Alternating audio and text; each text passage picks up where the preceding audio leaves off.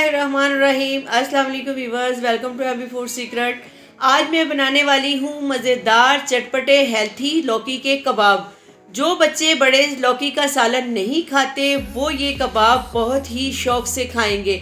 तो इसको बनाने के लिए चलते हैं रेसिपी की तरफ। पंजाबी में रेसिपी सुनने के लिए मेरी वीडियो को एंड तक लाजमी देखें। लौकी के कबाब बनाने के लिए मैंने एक लौकी ली है, ये तकरीबन आधा किलो के करीब है और इसके अब मैं ये बारीक बारीक छिलके उतारूंगी।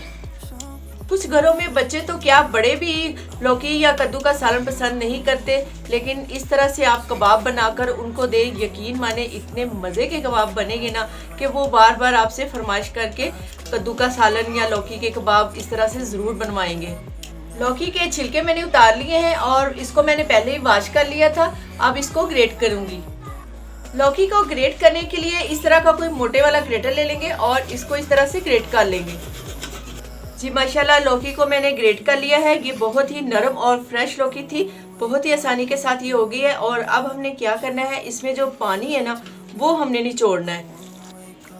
जी माशाल्लाह, लौकी को मैंने ग्रेट कर लिया है और इसके बाद इसका पानी निचोड़ा है। तो आप देख सकते हैं कि एक लौकी से कितना ज़्यादा पानी निकला है। ये वाला पानी भी हम ज़ाया नहीं करेंगे।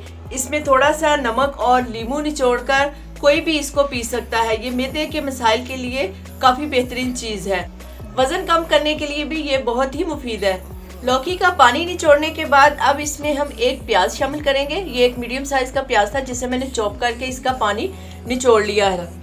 अब इसमें टेस्ट के मुताबिक कुछ मसाले ऐड करेंगे, जिसमें हल्दी है, गरम मसाला, चाट मसाला, लाल मिर्च कुटी हुई, नमक और लाल मिर्ची पाउडर है। 2 से 3 सब्ज़ मिर्चें कटी हुई वो भी इसमें डाल देंगे। अब इसमें थोड़ा सा चिकन डालेंगे, जिसे मैंने उबाल कर इसके रेशे अलग अलग कर लिए थे।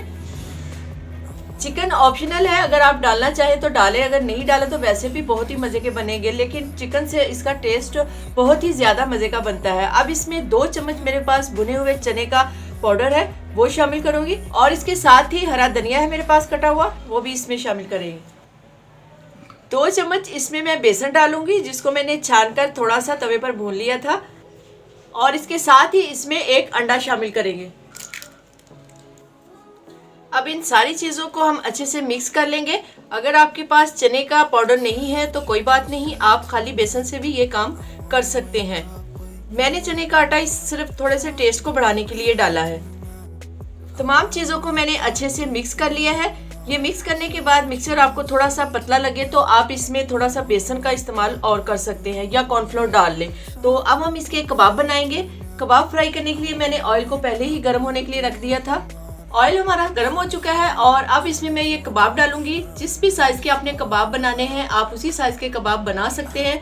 तो कबाब मैं ऑयल में डालूंगी। मैं यहाँ पर एक बात आपको बताना चाहती हूँ कि ये गलती आपने पहले बिल्कुल नहीं करनी कि कबाब बनाकर नहीं रखने, हाथों हाथ बनाते जाएंगे और इसे ऑयल में डालते जाएंगे। बिस्मिल्लाहिर्रहमानिर्रहीम। अगर सारे कबाब एक साथ बना के रख लेंगे तो कबाब आपके वो ज़्यादा पानी छोड़ देंगे और पकाते वक्त टूट जाएंगे।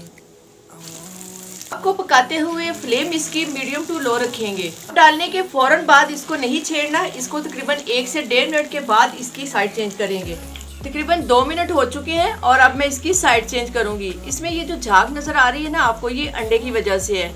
ये जब पक जाएंगे तो झाग भी खुद ब खुद खत्म हो जाएगी। बहुत ही एहतियात के साथ इसकी साइड चेंज कर देंगे।